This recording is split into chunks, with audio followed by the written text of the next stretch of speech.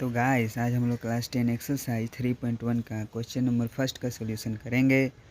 तो इसमें क्वेश्चन में दे रखा है, आफ्ताब अपनी पुत्री से कहता है 7 वर्ष पूर्व मैं तुमसे 7 गुनी आयु का था, अब से 3 वर्ष बाद मैं तुमसे केवल 3 गुनी आयु का रह जाऊंगा। इस स्थिति में बीजगणितीय एवं ग्राफीय रूप में हमें व्यक्त करना है गाइस। तो देखिए इसमें जो है हम लोग जब सॉल्यूशन करेंगे तो इसमें दो समीकरण हम लोग को प्राप्त होगा एक्स और वाई के टर्म में, जिसे हम लोग रैखिक समीकरण कहा जाता है। तो देखिए फर्स्ट का सॉल्यूशन कुछ इस अंदाज में करेंगे हम लोग। हमें इस तीनों जो क्वेश्चन दे रखा है 3.1 में, तीनों में हम लोग को मानना रहता है। तो इसमें फर्स्ट क्वेश्चन में मान लेंगे, माना कि आफ्ताब की आयु बराबर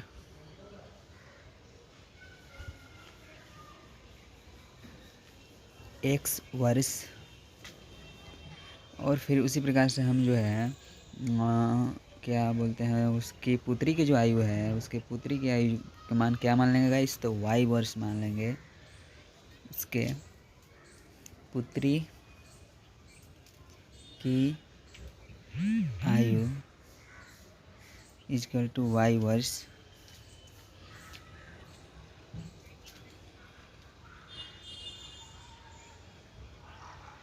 अब गाइस इसमें बोला है 7 वर्ष पूर्व, ठीक है, 7 वर्ष पूर्व बोला है। तो इसमें क्या होगा, 7 वर्ष पहले। 7 वर्ष पहले का मतलब कि 7 वर्ष मेरे को घटाना पड़ेगा ना गाइस, जो अभी वर्तमान आयु है उसमें से 7 वर्ष घटाना पड़ेगा।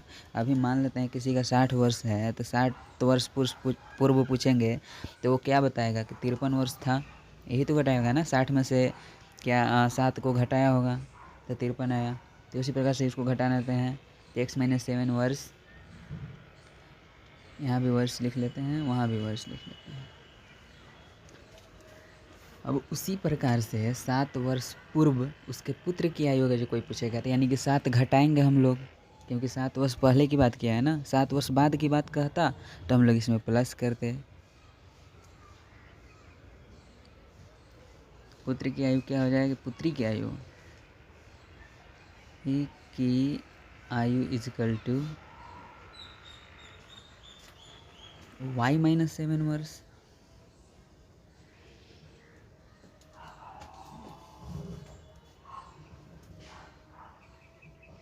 अब उसके बाद हम लोग प्रश्न से क्या बोल रहे हैं उसको देखते हैं। प्रश्नानुसार क्या होगा गाइस, तो जो प्रश्न बोल रहा होगा उसके हिसाब से हम लोग काम करेंगे। यहाँ पर बोला है कि 7 वर्ष पूर्व मैं तुमसे 7 गुनी आयु का था, ऐसा बोला है। तो देखिए 7 वर्ष पूर्व तो मेरा जो आयु है, 7 वर्ष पूर्व जो आफ्ताब की आयु है x-7 है, तो x-7 ये जो आफ्ताब की आयु था उससे कितना गुना था, 7 टाइम्स। तो 7 इंटू हो जाएगा कि नहीं, कितने करने का, 7 गुनी, तो 7 गुना हो जाएगा किसका, तो उसके पुत्री की आयु का। तो उसके पुत्री की आयु को 7 गुना हो गया कि नहीं गाइस, बोलिए। उसके बाद क्या, x-7 इजकल टू, उसको मल्टीप्लाई कर देंगे, सिंपली मल्टीप्लाई कर देंगे। x-7 is equal to 7y-49। अब चर राशि को एक साइड में करेंगे और अचर को एक साइड में कर देंगे। तो x-7y इजकल टू क्या होगा, 49 -49 प्लस में 7। तो गाइस 49 में से 7 घटेगा तो 42, जो कि माइनस में बचेगा, -42। एक क्वेश्चन फर्स्ट मान लेंगे। अब हम लोग जो है फिर से प्रश्न में बोला है, देखिए प्रश्न में क्या फिर से बोला है, पुनः प्रश्न से लिखेंगे, पुनः प्रश्न से, या फिर हम लोग को पहले ये चीज़ करना होगा। पहले तो मेरे को दे चुका है, अब से 3 वर्ष बाद मैं तुमसे केवल 3 गुनी आयु का रह जाऊँगा। यह तो इंटरेस्टिंग बात है भाई। 3 वर्ष बाद जो है अब से 3 गुनी आयु का रह जाऊँगा, ये बोला है। तो 3 वर्ष बाद आफ्ताब की आयु क्या होगा गाइस, तो x+3 हो जाएगा ना, क्योंकि बाद बोला है वो। तो बाद बोला है, इसका मतलब कि बाद में, यानी किसी का अगर आयु आज 20 वर्ष है, अगर 3 वर्ष बाद बोलते हैं तो 20 में 3 ऐड करना पड़ेगा, तभी तो 3 वर्ष बाद का आयु निकलेगा। तो उसी प्रकार से 3 वर्ष बाद आफ्ताब की आयु क्या होगा, अभी उसका x वर्ष था, तो 3 वर्ष बाद क्या होगा गाइस, x+3 वर्ष होगा, x+3 वर्ष हो जाएगा। ओके। अब उसी प्रकार से उसके पुत्री की आयु क्या होगा, 3 वर्ष बाद क्या होगा गाइस, तो उसके पुत्री में की आयु जो अभी जो आयु है उसमें क्या करना पड़ेगा, 3 जो है ऐड करना पड़ेगा, तभी तो पता चलेगा ना कि उसके पुत्री की आयु 3 वर्ष बाद कितनी है। बराबर क्या, y + 3 वर्ष। अब देखिए प्रश्न में क्या बोला है।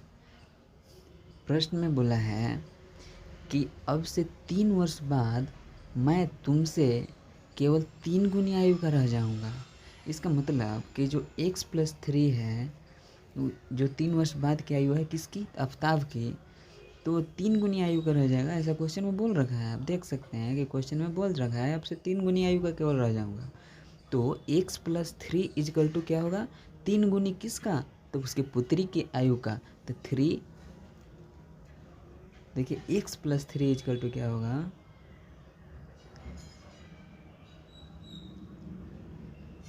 x + 3 = 3 × y + 3, 3 गुनी आयु का रह गया। अब x + 3 = 3y + 9। x अब 3y को इस साइड में लाएंगे तो x - 3y = 9 - 3, x - 3y = क्या, 6। इक्वेशन सेकेंड आ गया। अब हम लोग फ्रॉम फर्स्ट इक्वेशन से क्या होगा, फ्रॉम इक्वेशन फर्स्ट से हम लोग को अब इसके बाद जो भी प्रोसेस करना होगा एक्स वाई के वैल्यू के रूप में, तो हम लोग ग्राफ पेपर पर करेंगे, क्योंकि बोला है बीजगणितीय एवं ग्राफीय। तो बीजगणितीय तो हम लोग का आ गया, जो कि 2 समीकरण हुआ। उसके बाद हम लोग को क्या करना है गाइस, तो इसको ग्राफ पेपर पर दिखाना है। तो हम लोग फर्स्ट इक्वेशन से देखेंगे, समीकरण फर्स्ट से, तो क्या होगा, फर्स्ट समीकरण क्या है,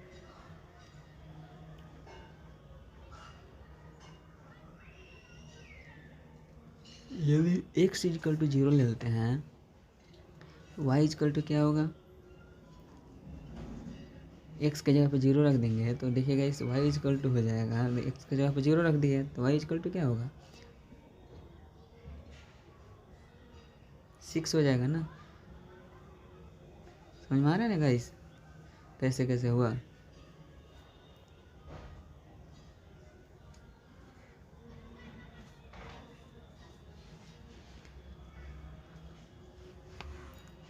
उसी प्रकार से जब y = 0 ले लेते हैं तो x बराबर क्या हो जाएगा, -42। समझ में आ गया ना गाइस। उसके बाद अब समीकरण 2 से चलेंगे। समीकरण 2 क्या है, x - 3y = 6 है, x - 3y = 6। तो समीकरण 2 में यदि हम एक y का वैल्यू 0 रखते हैं तो x का वैल्यू क्या आएगा, देखते हैं। यदि या x का वैल्यू अगर 0 रखते हैं तो y का वैल्यू क्या, -2 आया। उसी प्रकार से y = 0 रखते हैं तो x = 6 आ जाएगा ना। अब इसको हम लोग यहाँ पे हम लोग को एक पॉइंट मिला और एक पॉइंट यहाँ पे मिला। एक पॉइंट क्या होगा, 0,6। यदि इसको P1 बोल देते, इसको P2 बोल देते, तो P2 क्या हो जाएगा, -42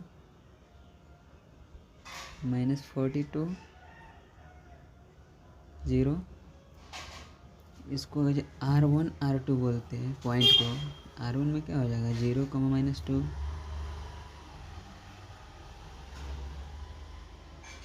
इसी प्रकार से R2 क्या हो जाएगा गाइस, 6, 0।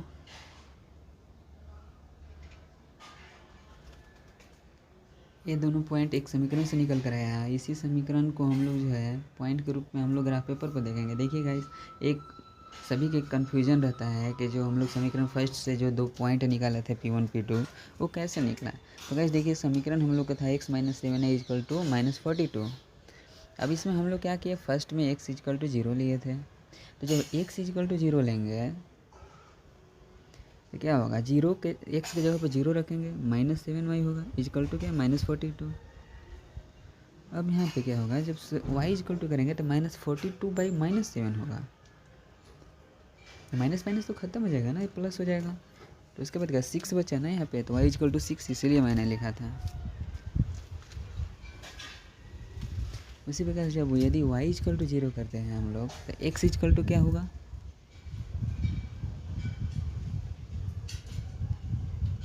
-42। तो 7 इंटू जीरो क्या, जीरो। एक्स माइनस जीरो करो -42। एक्स इक्वल टू फाइनली क्या आया गाइस, -42।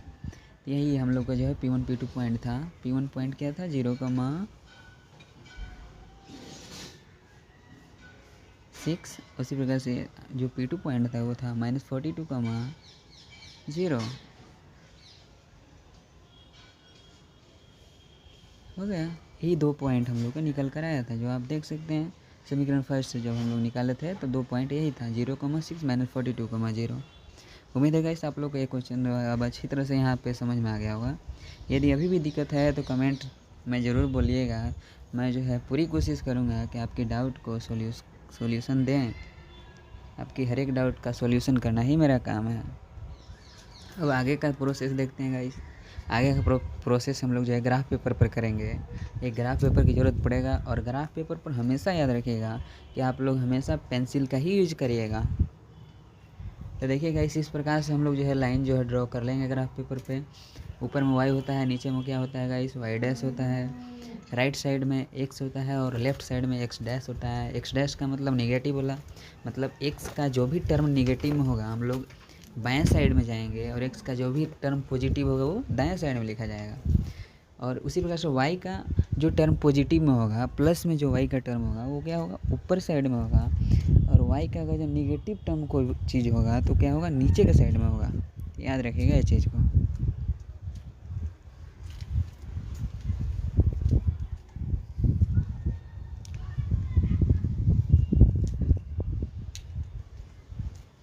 अब उसके बाद क्या है गाइस, हम लोग जो है यहाँ पे हम लोग 10 का गैप ले लेंगे सबको। जो भी बॉक्स जहाँ पर हाँ भाई लाइन दे रहे हैं वहाँ 10-10 का गैप है। 10, 20, 30, 40, 50, 60, 70, 80, 90, 100 एंड सो ऑन। इसी प्रकार से हम लोग ले लेंगे पूरे। इससे हम लोग को मान रखने में आसानी होगा, क्योंकि बड़ा मान है ना गाइस, तो यहाँ पे 10, 20, 30, 40 ही लेना पड़ेगा। यदि 1, 2, 3, 4 ले लेंगे तो हम लोग का तो कम पड़ जाएगा ग्राफ, इसलिए सोच समझ कर लेना है। कभी कभी हम लोग 100, 200, 300 भी लेंगे। तो इस प्रकार से जब हम लोग पॉइंट्स ड्रॉ कर लेते हैं तो फर्स्ट पॉइंट था 0,6, तो अब उसको कर लेते हैं ड्रॉ। 0 यहाँ पे है और 6 हमको y में जाना है, तो 6 कहाँ पे होगा इस दो। याद रखिएगा टोटल गैप कितना 10 का है, तो 10 का ये तो यहाँ हाफ जो है 5 हो जाएगा। ये जो हाफ जो है यहाँ तक 5 होगा, उससे एक ऊपर जाएंगे तो 6 हो जाएगा। 6 देखिए यहाँ पे 6 है, वहाँ पे पॉइंट डालेंगे। ये क्या है, एक कौन सा पॉइंट हुआ 0,6, तो इसके बगल में क्या लिखेंगे 0,6 लिख देंगे। यहाँ 0 था और ऊपर में क्या 6 था।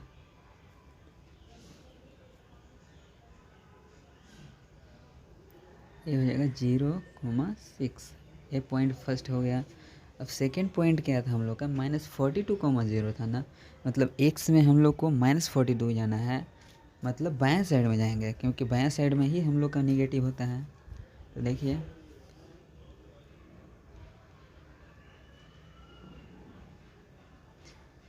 बाएं साइड में जब हम लोग पहुँचते हैं, मैं दूसरा पॉइंट क्या है हमारे -42,0, तो अब इसको ड्रॉ करना है P2 को।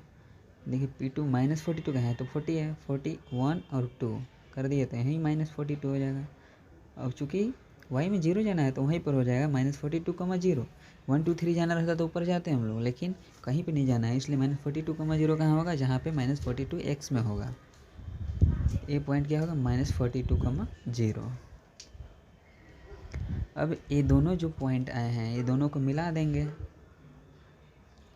दोनों पॉइंट से मिलता हुआ एक लाइन खींचेंगे और ये लाइन जो है उसी पॉइंट का होगा जो जिस लाइन से हम लोग जो पॉइंट निकाले हैं उस लाइन को यहाँ पे मेंशन करना रहता है। इस लाइन पे जो लाइन अभी ड्रॉ कर रहे हैं हम लोग,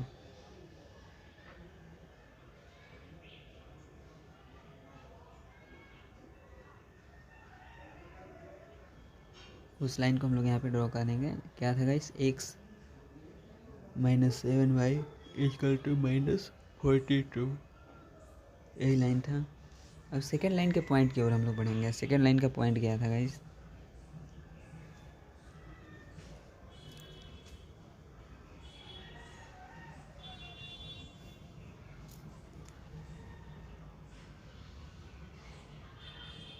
देख लीजिए, आप अच्छी तरह से देख लीजिए ताकि अच्छा से समझ में आ जाए। पॉइंट नहीं दिख रहा होगा तो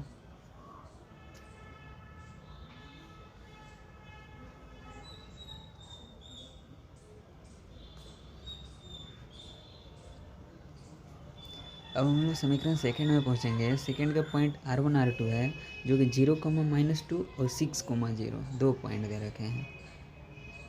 0, -2 जीरो कहाँ है गाइस, जीरो तो यहीं पे है ओरिजिन पास। -2 जाना है। -2 का मतलब क्या, लेफ्ट साइड में। -2 जाने के लिए क्या करेंगे, 2 काउंट करेंगे, 1 और 2। नो लेफ्ट साइड में नहीं गए, नीचे साइड में, डाउनवर्ड में। तो 0, -2 कहाँ होगा, डाउनवर्ड वाई में हमको -2 जाना था, नीचे में जाएंगे। यहाँ पे देखिए 0, -2 है जो कि अच्छी तरह से दिख रहा है आपको, ठीक है। 0, -2 यहाँ देखिए सामने है, 0, -2।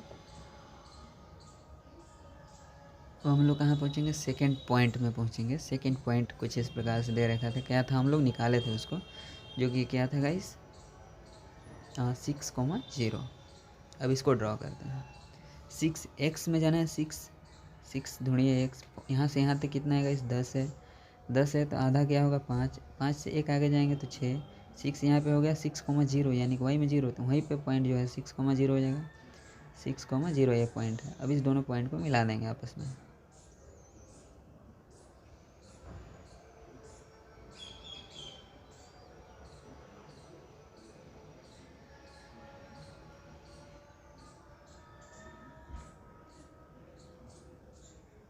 अच्छे से इसको जो है रख कर इंच की मदद से इसको मिला देते हैं। और एक लाइन किसका है, x-3y = 6। यदि मेरे ये वीडियो गाइस आप लोगों को समझ में आ रही है तो प्लीज़ गाइस हमारे चैनल को सब्सक्राइब कीजिए और हमारे वीडियो को लाइक कीजिए और कमेंट करिए कि कौन सा क्वेश्चन में आपको दिक्कत है।